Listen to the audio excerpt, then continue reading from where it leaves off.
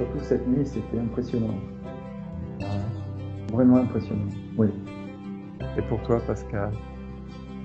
Ouais, c'était bien aussi, la campagne, le calme, voilà, les oiseaux, la nature, c'est Comment dire? Non, vraiment bien. j'ai pensé qu'il fallait en parler un petit peu, Ouais, en Normandie, parce ouais. que c'est un phénomène qui se passe chez tout le monde, et ça concerne les forces.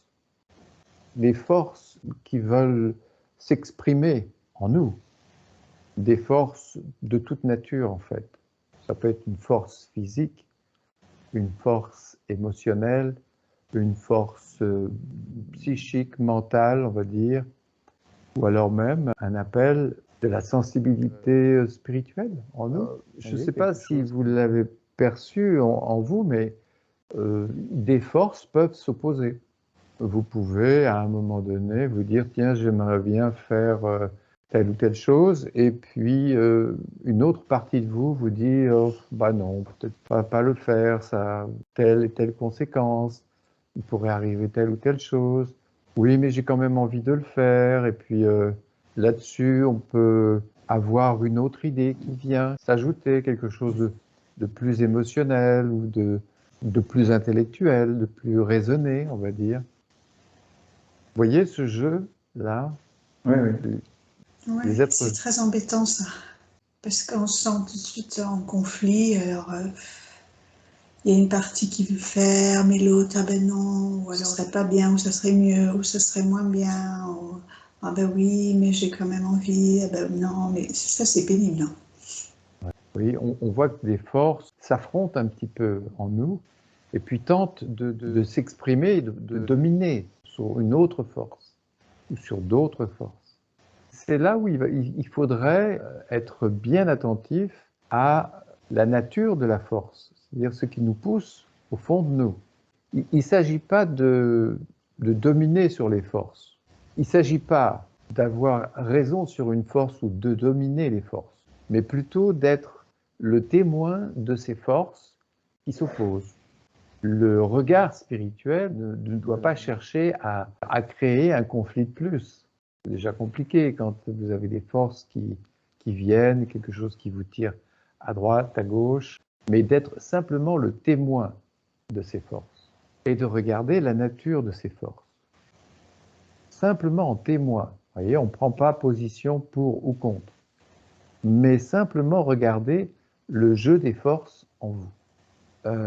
C'est ce que j'ai noté sur la dernière vidéo, on en a parlé très brièvement, mais il me semble que ça serait important.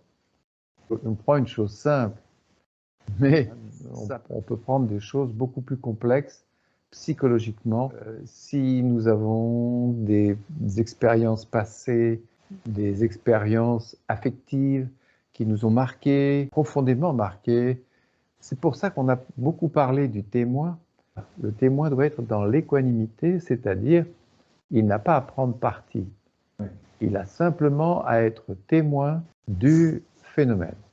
Ce qui va se passer dans cette position, dans ce volte-face, c'est que vous allez créer une perception de plus en plus nette de la cause de ces forces. Dans ce recul, une vision plus large et plus claire de ce qui se passe en vous. Voyez ? Donc déjà voir qu'il y a un corps physique qui demande, qu'il y a tout un passé derrière nous qui demande aussi. Vous voyez, nous avons des habitudes corporelles, des habitudes affectives, des habitudes qui sont liées à des plaisirs et que nous aimerions répéter à certains moments. Ce qui est rigolo, c'est que à un moment donné, une force peut se présenter, vous pouvez avoir envie de quelque chose de façon très intense, et puis ça peut passer, tout simplement. Il y a une chose qui va apparaître dans ce phénomène, la puissance, ou les puissances. Il y a l'objet que je veux attraper, mais il y a la puissance du désir, la puissance de la force. Ça va être un jeu de force, de puissance, et l'un va dominer sur l'autre en fonction de la puissance. On en a parlé de la puissance, ça fait partie des 3 éléments de la Trinité. Alors, il va falloir comprendre la nature des forces, ce qui donne de la puissance à nos désirs. Ce qui donne de la puissance à nos désirs, c'est quoi? Vous voyez, ça va être intéressant. Déjà, percevoir qu'il y a une puissance dans nos désirs. Et dans un désir, il y a évidemment l'objet du désir, mais aussi ce qui nous pousse. Et qu'est-ce qui nous pousse? C'est le souvenir de la jouissance. Si on n'avait pas le souvenir de la jouissance, du plaisir d'aller au cinéma, par exemple, il n'y aurait plus rien. Il n'y aurait plus de conflit. Donc c'est un problème de quoi?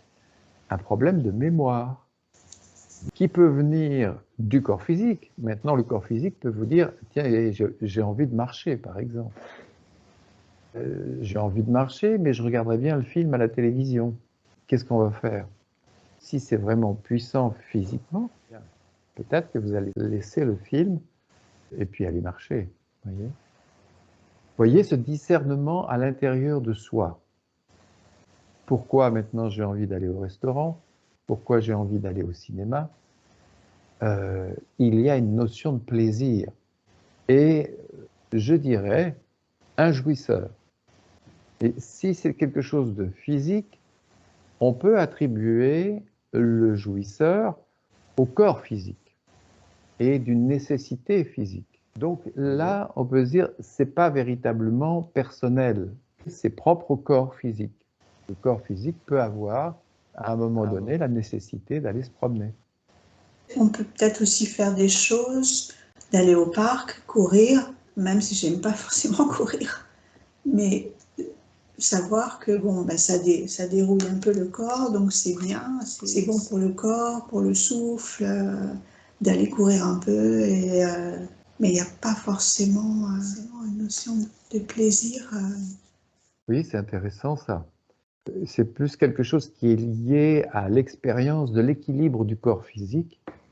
Tu sais que le fait d'aller courir va équilibrer ton corps physique, qui a besoin de courir, qui a besoin de mouvement. C'est donc une réflexion et puis une intention après. Tu vas te lever, tu vas te préparer, tu vas aller courir. C'est comme aller faire les courses. Enfin, il y en a qui aiment, mais c'est pas forcément un plaisir. Quand tu n'aimes pas trop faire les courses, bon, tu vas quand même. Tu prends ton chariot, tu sais que sinon tu vas pas manger.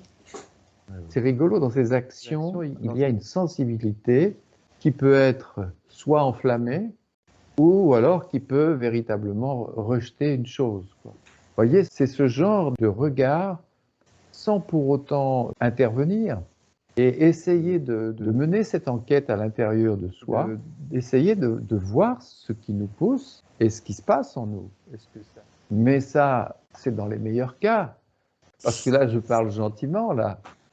Je suis dans le cas d'une personne qui est tranquille, qui a quelque chose à faire. Est-ce que je vais faire ceci? Est-ce que je vais faire cela? Mais parfois, il y a de véritables conflits. Par exemple, il peut y avoir un désir puissant que je ne peux pas réaliser et ça devient un petit peu obsessionnel, tout ça. Ça peut être quelqu'un qui veut devenir quelqu'un dans la société, mais qui n'y arrive pas, qui est prêt à faire des choses pas très jolies pour y arriver et qui les fait. Là, on parle de l'intérieur, de notre intérieur. Mais après, il y a les relations dans le monde social, dans un couple, par exemple. Et ce qui est rigolo, enfin, moi je parle pour mon expérience personnelle, c'est qu'à un moment donné, on va prendre beaucoup de distance vis-à-vis de toutes les forces.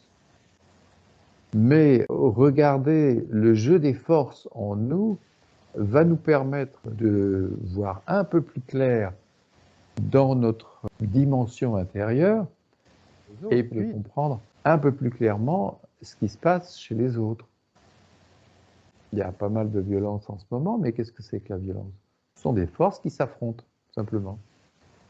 Si quelqu'un vient avec un désir et que l'autre ne va pas dans le même sens, ça va s'affronter. Ça peut se passer à l'intérieur, ça peut se passer à l'extérieur. Est-ce que la liberté intérieure, ce ne serait pas précisément de s'émanciper de ses forces, de ne plus être soumis à ses forces, soumis à un moi qui veut une chose, qui veut une autre, soumis à des instincts qui veulent jouir, qui veulent dominer, qui veulent posséder. Vous voyez, toutes ces choses-là qui rendent l'être humain très compliqué. Très compliqué. Oui, parce on peut penser que ces forces, c'est nous aussi. On fait partie de ces forces. Et sans force, ben, on va te marcher dessus. Tu vois ce que je veux dire? C'est, on prend appui. Enfin, je pense on prend appui sur ces forces aussi pour avancer. Parce qu'on nous a dit que ben, il fallait être fort dans cette vie pour avancer. On prend, oui, appui sur ces forces pour vivre. Ce qui est rigolo, c'est que on ne comprend pas la nature de ces forces, mais on argumente. Je trouve ça assez rigolo. Parce que c'est juste ce que tu dis, c'est exactement ce qui se passe.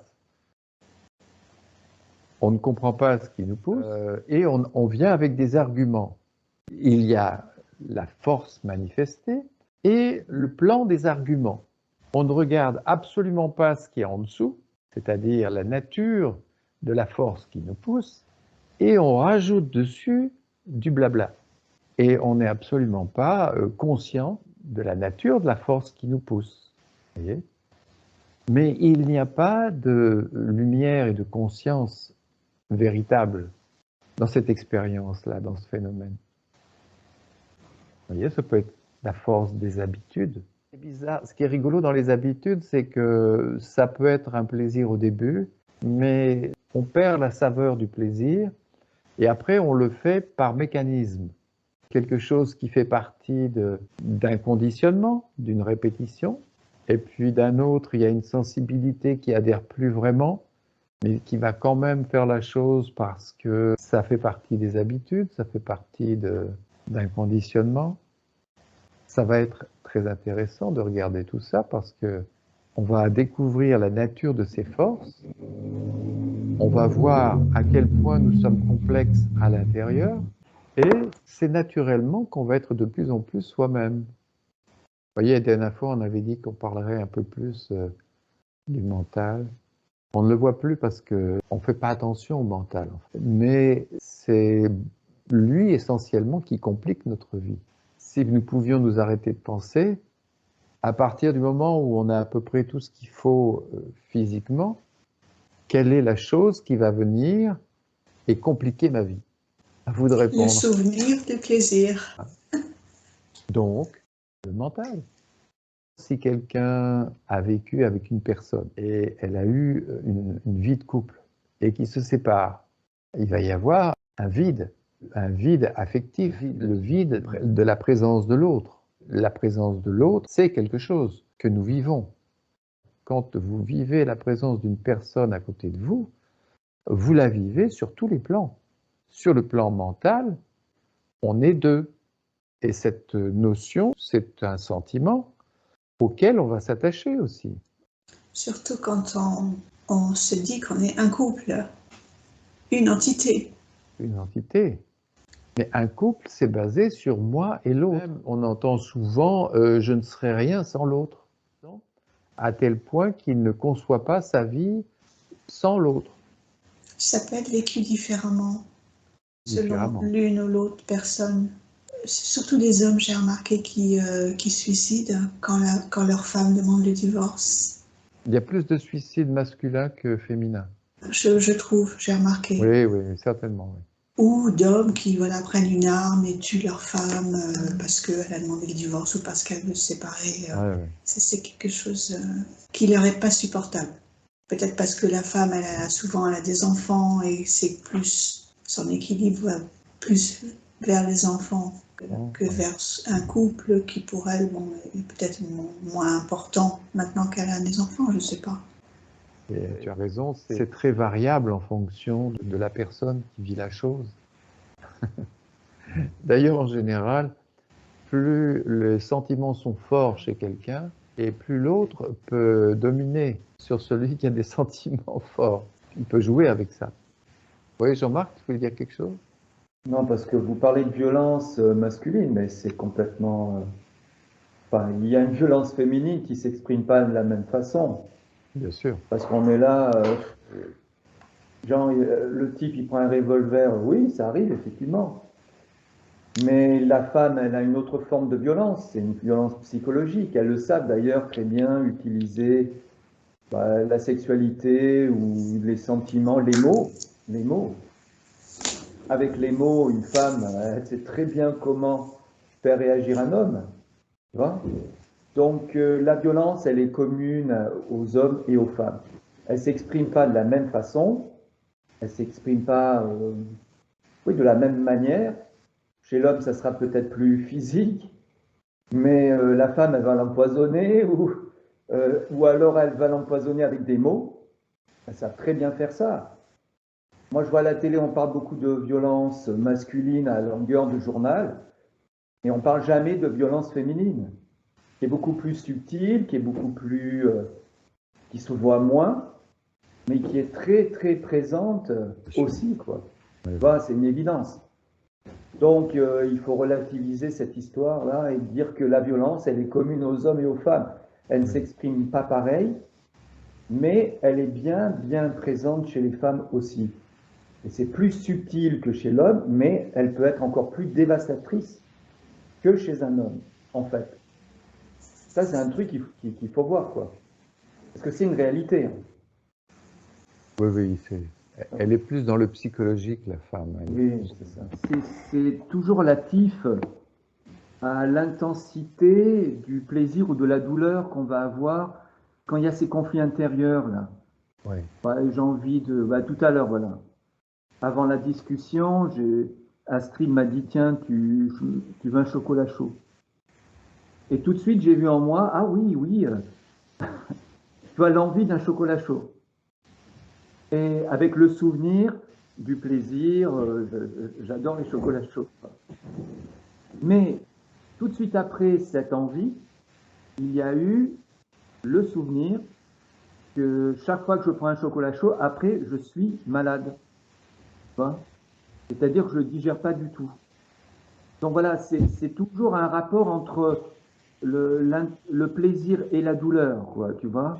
Et finalement, très facilement, j'ai vu que le désir de chocolat chaud, ben, il s'est évanoui. Il s'est évanoui parce que ce qui prédominait à ce moment-là, hein, je ne dis pas que c'est tout le temps comme ça, mais ce qui prédominait à ce moment-là, c'était l'harmonie du corps et l'absence de douleur, quoi, sous quelque forme que ce soit. Parce que quand on digère mal un chocolat chaud, c'est un trouble physique qui vient troubler une harmonie, une paix qui est là, quoi. Enfin, tu vois, même si on n'est pas conscient qu'il y a une paix en nous, une harmonie en nous, peut-être qu'il y a beaucoup de gens qui ne le vivent pas comme une paix, une harmonie, peut-être qu'ils le vivent comme une absence de douleur, je ne sais pas. Mais en tout cas, tout à l'heure, il y avait une paix profonde, et en aucun cas le souvenir du plaisir, l'idée de je vais avoir du plaisir, ça a été balayé mais très facilement. Donc c'est toujours un rapport entre le plaisir et la douleur finalement. La peur de perdre un plaisir ou la peur d'avoir une douleur. Il y a toujours ce jeu en nous qui donne cette complexité dont tu parles. La peur de ne pas avoir un plaisir ou la peur d'avoir une douleur. On est toujours dans ce jeu-là. Pareil pour le couple, pareil pour tout. Si l'autre s'en va, je sais déjà que je vais avoir peur d'être seul. C'est d'ailleurs pour ça que je suis en couple. Il n'y a pas que la sexualité. Évidemment, quand on a une femme près de soi, on peut plus facilement, s'il y a une envie de sexualité, on va dire assouvir la sexualité. Donc, s'il n'y a pas de femme et que j'ai une envie de sexualité, c'est plus compliqué. Voilà, tout ça, c'est ça qui donne cette complexité psychologique, c'est les peurs de ne pas avoir le plaisir quand j'en ai envie, ou de le perdre quand je l'ai, ou que je peux l'avoir facilement. Quelle est la plus grande douleur? Tout à l'heure, c'était ça avec le chocolat chaud. Me passer du plaisir du chocolat chaud ou de supporter la douleur de le prendre avec le trouble digestif. Ça a été très simple. L'idée du plaisir a été écartée immédiatement, mais sans hésiter du tout. Ah, c'est un exemple. Oui, oui, c'est un très bon exemple. Le mental, la mémoire, est le premier tentateur. Cette tentation mentale, psychologique, qui ne sont en fait que des projections de la mémoire, donc du mental, crée beaucoup de tensions en nous et maintiennent ce champ mental psychologique sous tension. Nous sommes en permanence sous tension dans cette espèce de machine à laver psychologique mentale, en train de se demander, tiens, de quoi je vais bien pouvoir jouir dans 5 minutes, dans 1 heure, ce soir. Et notre vie, si on la regarde, elle n'est faite que de ça. Elle n'est faite que de cette salle de cinéma intérieure qui projette des images. Vous voyez, on est au cinéma, on parlait d'aller au cinéma, mais on n'a pas trop besoin même d'y aller parce que des films, on s'en fait à longueur de temps et on projette. Ce champ psychologique mental, il va falloir vraiment prendre conscience de ça. Si on ne prend pas conscience de ça, on est dedans. Et si on est dedans, on vit. C'est ce que nous sommes. Alors ce qui serait intéressant de regarder, c'est d'abord cette salle. Qui projette quoi? Et qu'est-ce qu'on projette? Parce que les forces dont on parlait tout à l'heure, elles naissent à partir de ces projections. On a une projection et on sent une force en nous. Ah, ça, voilà, j'aimerais faire ça. Il y a une force là, il y a un désir. Et ce désir est lié à une image. Et cette image est liée à un plaisir, au souvenir d'un plaisir, ce qui n'est pas pareil. Le plaisir, c'est quand vous mangez le gâteau. Mais un désir de gâteau, vous n'avez pas le plaisir, vous avez le souvenir du plaisir. Et dans cette salle de cinéma, on ne fait que projeter des images qui sont liées à des souvenirs de plaisir. Il y a des gens qui ne se voient pas vraiment tels qu'ils sont et qui sont plutôt dans leur projection mentale et qui se vivent eux-mêmes à travers leur projection mentale. Il va falloir évidemment aussi se poser la question, est-ce que ce que je projette dans cette salle de cinéma m'apporte un véritable épanouissement, une véritable liberté, une véritable paix? Vous voyez, maintenant, tout dépend de ce qu'on attend de la vie. Si vous voulez de l'excitation, si vous êtes dans une phase où je veux être quelqu'un dans la société, si et là, c'est même pas la peine de parler du domaine spirituel ou d'essayer de mettre de la lumière. Lui, il va être dans sa salle de cinéma et puis il va projeter son désir d'être quelqu'un dans la société. Bien que actuellement, les gens essayent plus de survivre dans la société que d'être quelqu'un dans la société. On veut être quelqu'un sur les réseaux sociaux maintenant. Ben oui, on se prend en photo, on s'enregistre, on fait des commentaires, on met des likes, on met des choses comme ça. On est super actif. C'est notre image. Oui, c'est un outil. Nous nous servons de Skype et de YouTube pour passer des messages.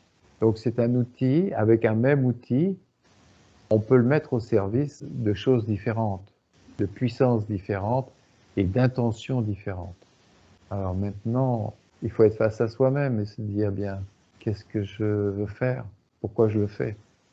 Oui, mais il y a beaucoup de gens, enfin la plupart des gens, ils sont très identifiés à ces forces en eux. C'est ça le problème en fait. Enfin, le problème, l'un des problèmes, c'est ça.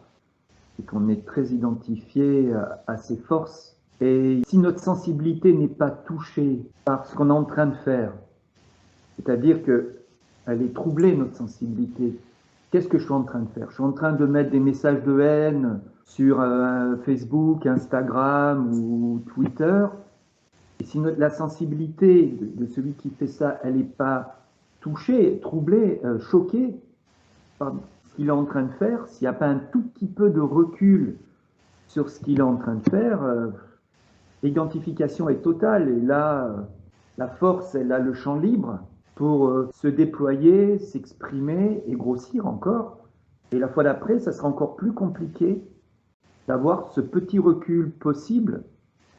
Donc, c'est toujours pareil, on retrouve une sensibilité qui va être troublée, choquée par ce qu'on fait. qu'est-ce que je suis en train de dire? Qu'est-ce que je suis en train de faire? Qu'est-ce que je suis en train de penser là? Qu'est-ce que c'est que ce truc? Tu vois, s'il n'y a pas ce questionnement avec à la base une sensibilité qui est touchée, tu vois, ben, c'est pas possible. Oui. On est pris par des forces, on est au service de ces forces, on est dominé par ces forces et on ne sait pas ce qui est à la source de ces forces, ce qui est à la base de ces forces. Et c'est souvent un moi qui est là et qui veut être quelqu'un. Et nous vivons tous au travers de cette immense illusion, de cette vaste illusion. Le regard en soi va faire que petit à petit, on va se défaire de cette illusion. On va plus y croire et on va plus y adhérer. Et le mental va devenir même un petit peu gênant parce qu'il vient au milieu, il est toujours en projection et il crée en permanence des petites tensions dans le corps physique, alors que le corps physique, lui, ne demande que la paix finalement. Il demande qu'à vivre une harmonie. Il veut de l'excitation aussi parfois, il veut du mouvement. Il est fait pour ça, il est fait pour agir dans le monde physique. Donc, on a des choses à faire physiquement dans le monde physique. Mais le fait d'avoir cette salle de cinéma en permanente projection crée une tension dans le corps physique. Et ça va devenir de plus en plus net et de plus en plus évident. Et ces projections mentales, ça va plus tenir. Ça va plus avoir de sens, même, je dirais. Ça va plus de sens.